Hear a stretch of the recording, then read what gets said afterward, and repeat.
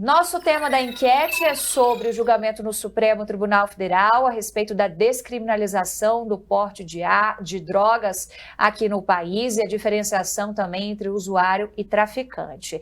Vamos começar um debate agora sobre isso, passeando por outros temas da política. Já estão na tela aqui nossos dois especialistas, o Rodrigo Prando, cientista político e professor do Mackenzie. Professor, um prazer te rever. Bom dia, bem-vindo por aqui. Bom dia, Isabel. É um prazer reencontrá-la também, estar aqui com vocês. E vamos aqui conversar um pouquinho, discutir. Prazer também ao meu colega aqui, para estar contigo aqui no debate na tela. Muito obrigado pelo convite. A gente que agradece, professor. Conosco também é o Max Telesca, presidente do IPOD, Instituto de Popularização do Direito. Ajuda a gente a traduzir um pouquinho o mundo jurídico, né, Max? Bem-vindo, bom dia. Muito obrigado, muito bem, muito obrigado e um bom dia a você, Isabel, bom dia, professor. Professores, queria começar com o Zanin, que está surpreendendo, não agradou o espectro da esquerda com o posicionamento no julgamento de ontem do Supremo Tribunal Federal a respeito da descriminalização do porte de drogas aqui no país, mas não é de hoje. Outras votações que ele também participou, também não agradaram muito, está gerando um pouco de surpresa. Para a gente comentar, vamos trazer um trechinho do voto do Zanin. Não tenho dúvida de que os usuários de drogas são vítimas do tráfico e das organizações criminosas ligadas à exploração ilícita dessas substâncias. Mas o Estado tem o dever de zelar pela saúde de todos, tal como previsto no artigo 196 da Constituição da República. A descriminalização, ainda que parcial, das drogas poderá contribuir ainda mais para o agravamento desse problema de saúde. A ratio legis do artigo 28 é justamente a de reduzir esses danos. A lógica é que, com a descriminalização, aumente ainda mais afora o fato de que a aquisição de drogas junto a fornecedores ilegais, muitas vezes ligados a grupos ou facções criminosas, pode colocar em risco a própria vida do usuário. Deixa eu começar com o professor Rodrigo Prando, cientista político, porque esse posicionamento dele desagradou boa parte da esquerda, né, professor? Eu queria entender se isso gera surpresa, se o Zanin não tinha demonstrado ao longo da atuação dele como advogado algum traço para uma toada um pouco mais conservadora. Olha, vamos lá. A grande questão, e aí depois meu colega que é especialista em direito vai poder corroborar ou até fazer alguma crítica ao que eu vou falar, mas assim, tem uma diferença entre atuação como advogado e agora como ministro do Supremo Tribunal Federal. Todos nós, Isabel, eu, você, meu colega aqui de bancada, os telespectadores, nós temos os nossos valores.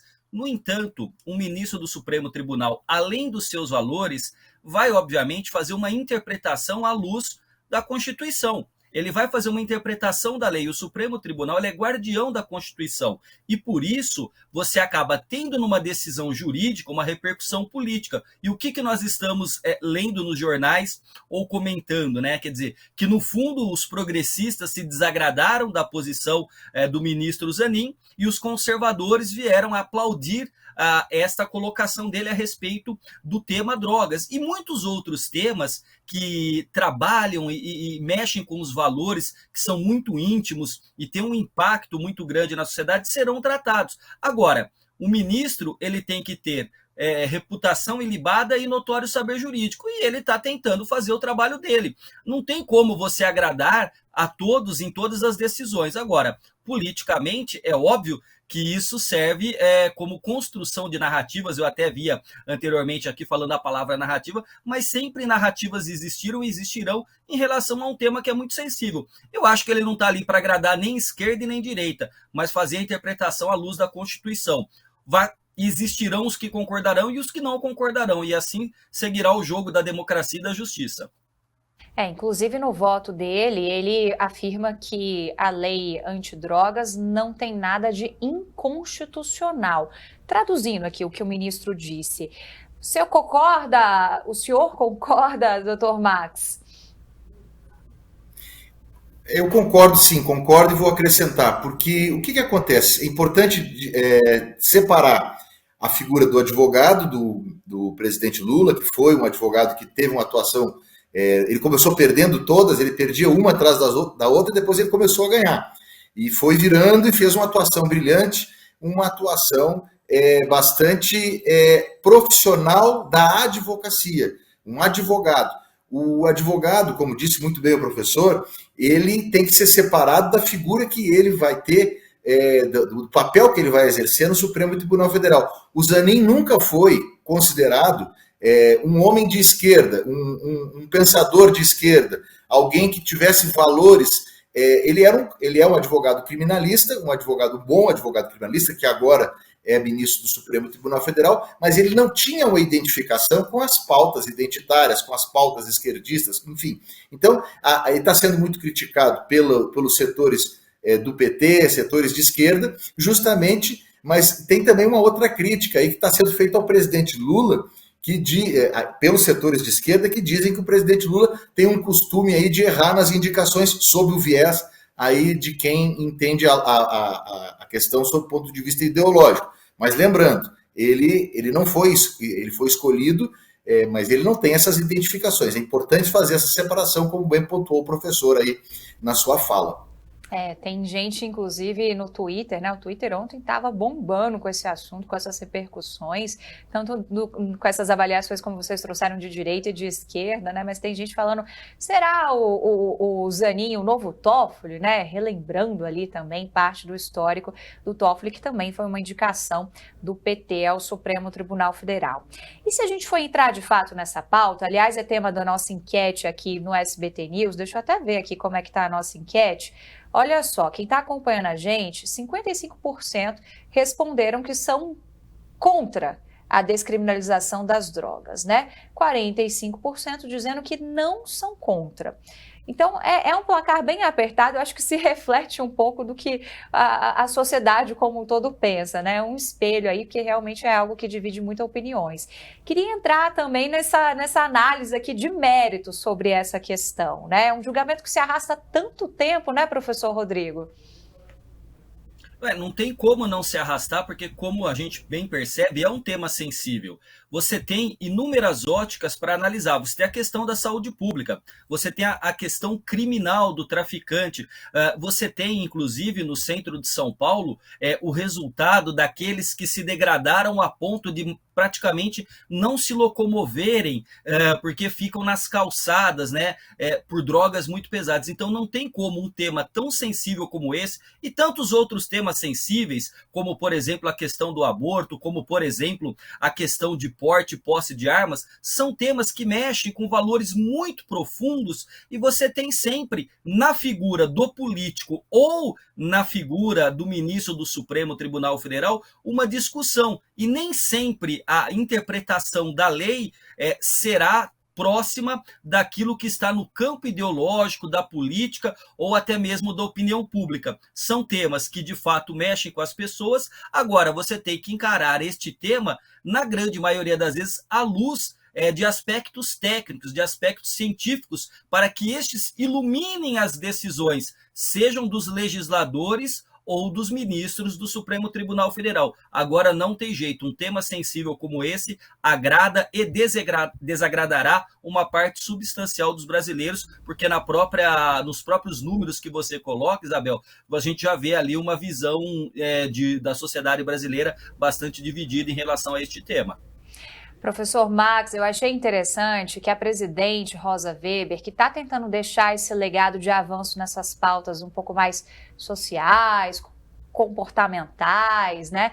Ela falou, olha, André Mendonça pediu vista, mas eu vou antecipar meu voto. Ela quis marcar o posicionamento dela também nesse julgamento. Normal, o que é de costume? De costume nos julgamentos, o ministro aguardar o retorno da vista. Então, um ministro pede vista, está faltando aqui a palavra, há uma regra de cavalheiros, enfim, é uma regra de bons cavalheiros de aguardar o retorno dos autos. Só que o que acontece? Ela já está para se aposentar, no mês que vem ela vai se aposentar, e ela quer trazer este assunto, a posição dela. Então ela não vai observar Ela vai adiantar o voto dela, que é o voto que ela quer ser lembrada por esse voto, porque provavelmente o ministro André Mendonça não vai dar tempo dele trazer o voto e ela estar no plenário nessa época. Então, ela não vai obedecer digamos assim, essa regra de costume, e não uma regra que se encontra no regimento interno do Supremo Tribunal Federal. Bom, queria mudar de tema. Esse assunto rende bastante, né? Mas para a gente, trazer um pouquinho de dinamismo também, que é a nossa ideia com esse momento com comentaristas aqui no Brasil agora. O presidente Lula viajou para a agenda internacional e deixou dever de casa aqui no país com uma reforma ministerial aguardando. Isso, por incrível que pareça, não prejudicou o andamento da pauta econômica lá no Congresso Nacional. Mas sem dever de casa, o ministro Alexandre Padilha, articulador do governo, falou sobre isso ontem em uma visita ao Senado Federal. O tempo quem define é o presidente, né? O presidente está na África, na reunião dos BRICS, uma reunião muito importante. O Brasil retomando o protagonismo internacional, bastante importante essa reunião. Retorna no começo da próxima semana. No retorno nós vamos definir com o presidente as conversas com as lideranças.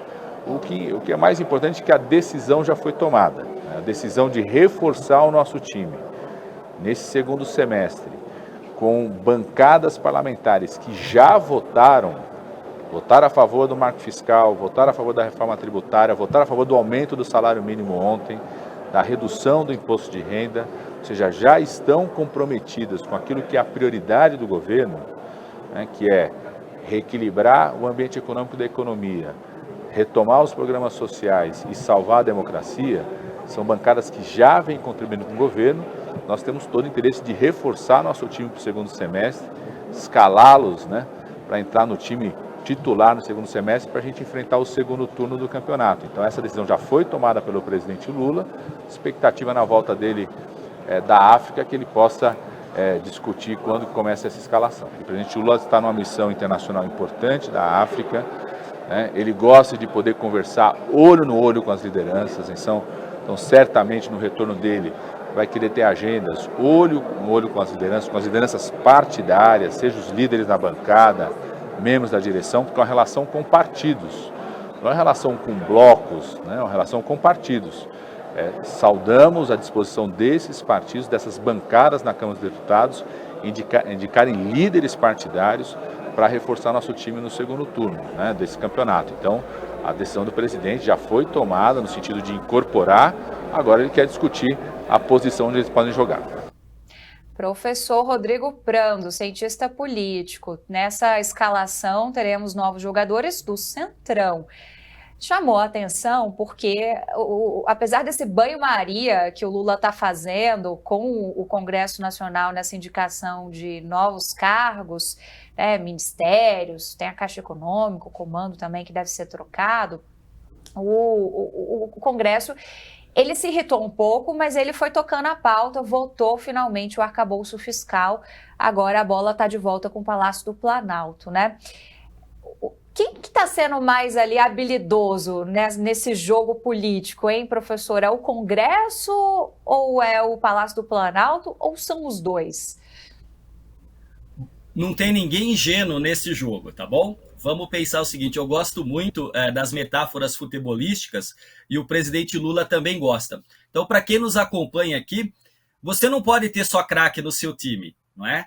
Às vezes você tem que ter ali um meio de campo de alguém que não é craque, que não sabe driblar tão bem, mas que faz uma boa contenção, uma ligação da defesa com o ataque. Então, muitas vezes, uma reforma ministerial é trazer jogadores que, a princípio, não haviam sido escalados. Por que eu estou dizendo isso?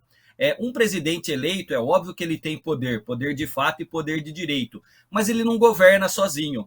Nós temos um desenho institucional que é um desenho que nos coloca um sistema bicameral. Nós temos 513 deputados e 81 senadores.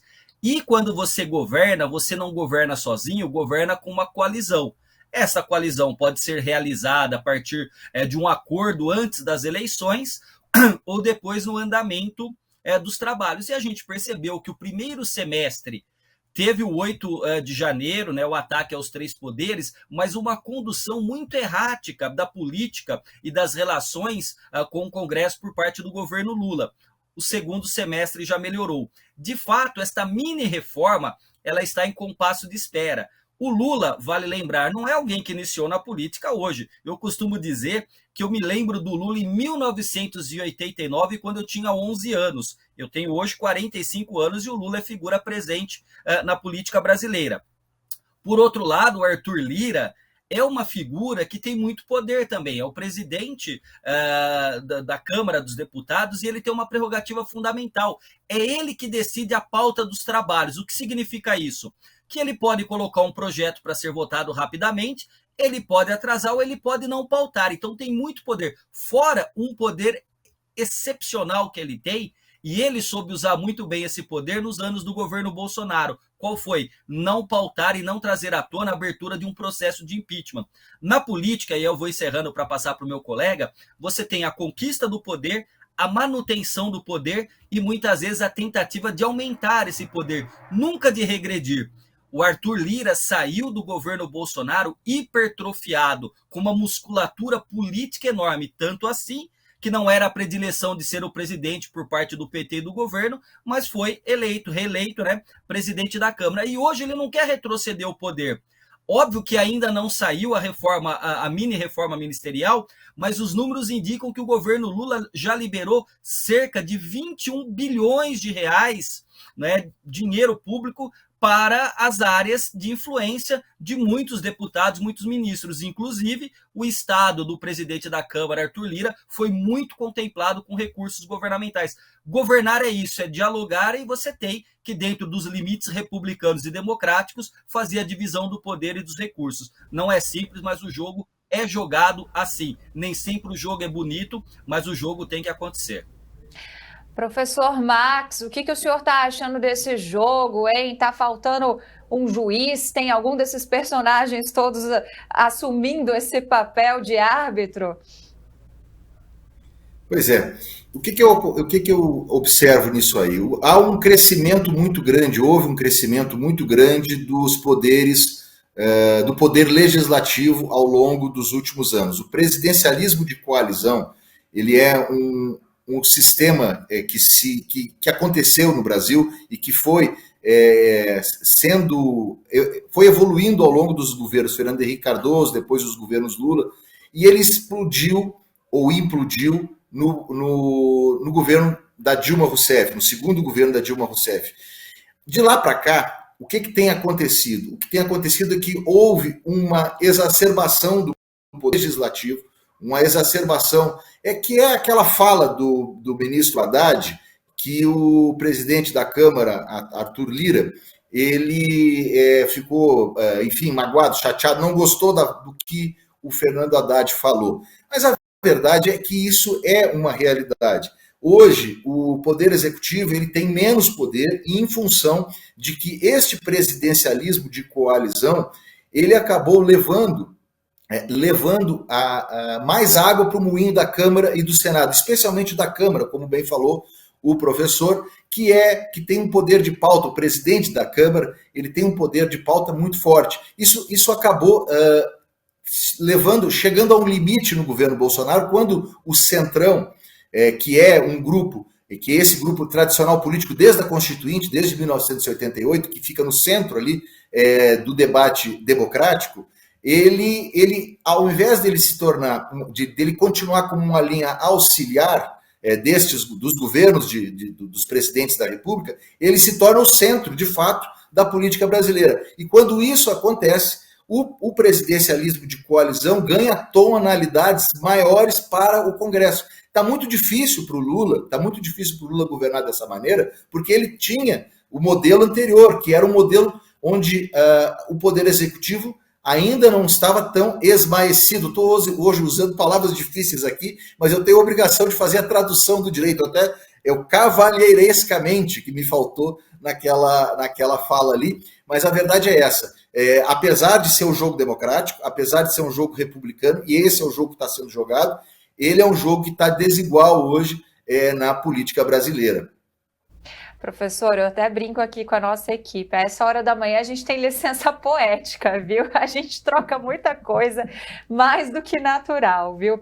Vocês estavam falando, né, dessa questão do empoderamento do Congresso. Ontem eu estava passeando lá pela Câmara dos Deputados e me chamou a atenção uma diferença de estratégia que os parlamentares vão adotar, porque nessa discussão toda do arcabouço fiscal, o que estava pegando, teve aquela declaração do Haddad, né, que incomodou os parlamentares, dos superpoderes da Câmara, mas o que estava pegando no bastidor mesmo era a tentativa do governo de taxar, via medida provisória, as offshores, né, contas no exterior, muitas relacionadas a paraísos fiscais.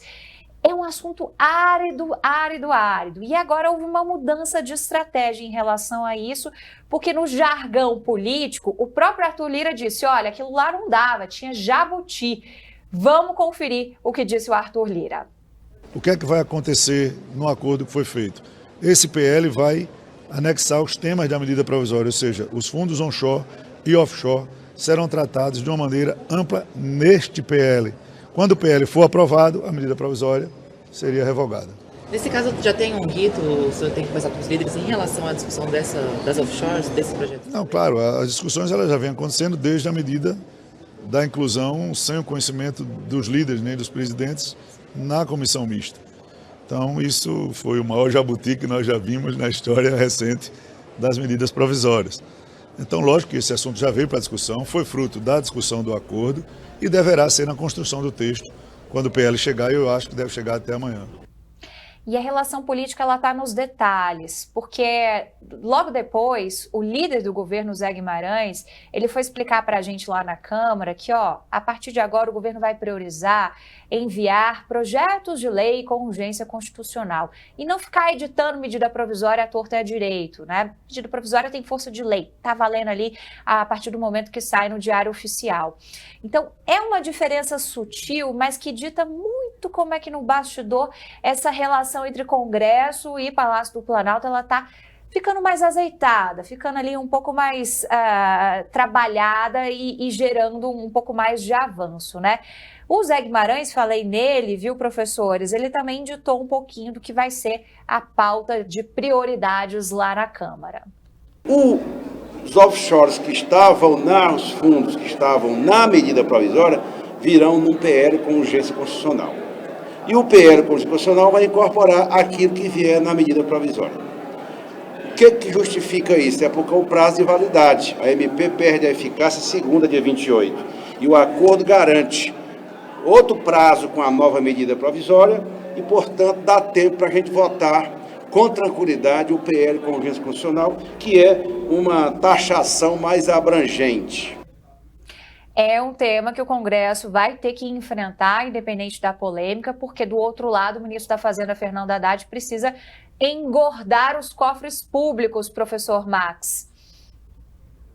Pois é, aí vai a questão também ideológica, né? E das necessidades do governo e das necessidades.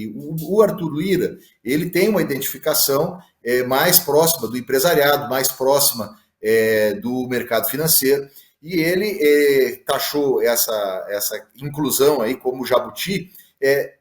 Poderá muito bem ter sido o jabuti, porque realmente o que acontece é a inclusão de temas que não estão na discussão imediatamente em cima ali da questão colocada na medida provisória no texto original, o jabuti. Mas é importante que se vê, como você muito bem falou, Isabel, a política mora nos detalhes. E esse é um detalhe que revela muito a posição de cada um, a posição do governo precisando de arrecadação e a posição do presidente da Câmara, que é mais ligado aos setores de direita, de centro-direita, enfim, mais ligado a menos intervenção do Estado, menos taxação do Estado. Então, não é só a questão aí do jabuti, também tem uma questão de visão de mundo e de ideologia. Professor Rodrigo Prando, como é que o senhor vislumbra esses próximos meses lá na Câmara dos Deputados para que os parlamentares possam avançar nessas medidas arrecadatórias? Temos possibilidade de que isso aconteça, tendo em vista essa aspereza dessas discussões?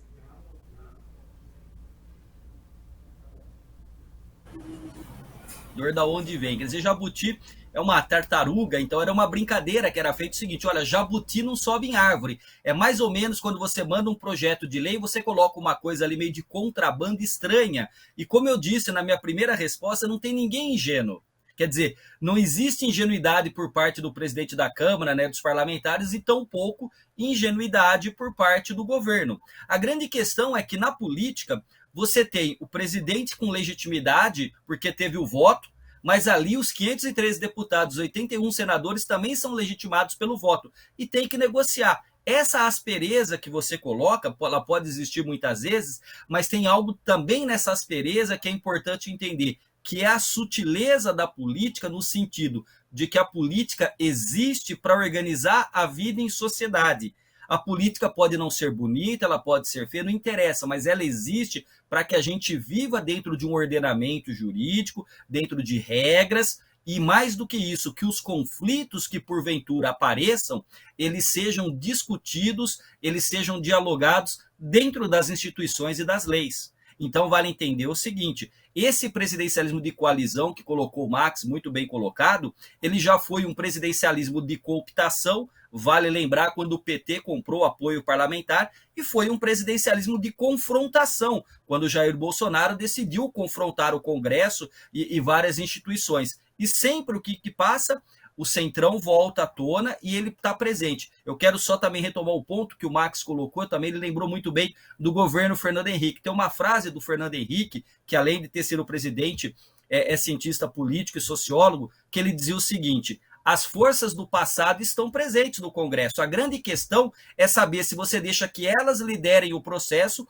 ou você, na condição de presidente de governo, lidera as forças do atraso, né? Então, não adianta, porque a negociação ela é presente, ela está aí. E a gente tem, como bem coloca também o Max, figuras que dentro do Congresso são representantes de setores da sociedade, aqueles que são mais ligados ao mercado empresariado, aos trabalhadores, às pautas identitárias. E isso que é a beleza da democracia, é buscar trazer o conflito para dentro das instituições por meio das leis e com diálogo resolver. Não dá para saber como é que vai ser a semana que vem. O mês que vem, nessas negociações com o Congresso, que a gente percebeu é que há uma fragilidade ainda por parte do governo, e eu já disse, melhorou bastante do primeiro semestre para cá, só que sem uma coalizão com força, o que acontece? Você vai negociando projeto de lei a projeto de lei, cada pauta é negociada e aí você tem liberação de emendas, você tem mini-reforma ministerial, cargos no primeiro e segundo escalão.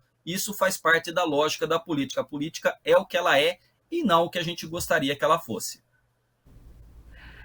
Professor Rodrigo Prando, professor Max Telesca, a gente está no finalzinho desse nosso espaço, mas eu não queria deixar de passar pelo tema da CPMI e saber de vocês. A gente trouxe um balanço do que foi o dia ontem na CPMI e fica uma pergunta que muita gente está se fazendo. A CPMI está saindo do foco? Deixa eu começar agora com o professor Rodrigo Prando.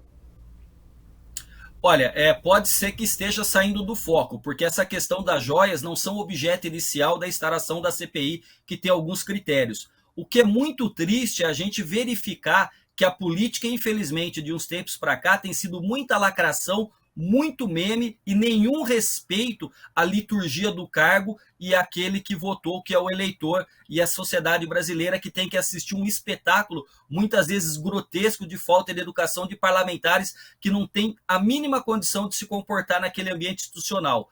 Qual é o foco dessa CPMI, porque ela é mista? O foco dessa CPMI são os atos do dia 8, quem é o autor intelectual, quem financiou e aqueles que participaram. Eu acho que dentro deste escopo você pode avançar. Fora isso, que se cria uma outra CPI ou deixa a justiça atuar dentro da área que lhe cabe. Fui mais sintético para passar agora a palavra para o meu colega Max. Então, sem perder tempo, professor Max.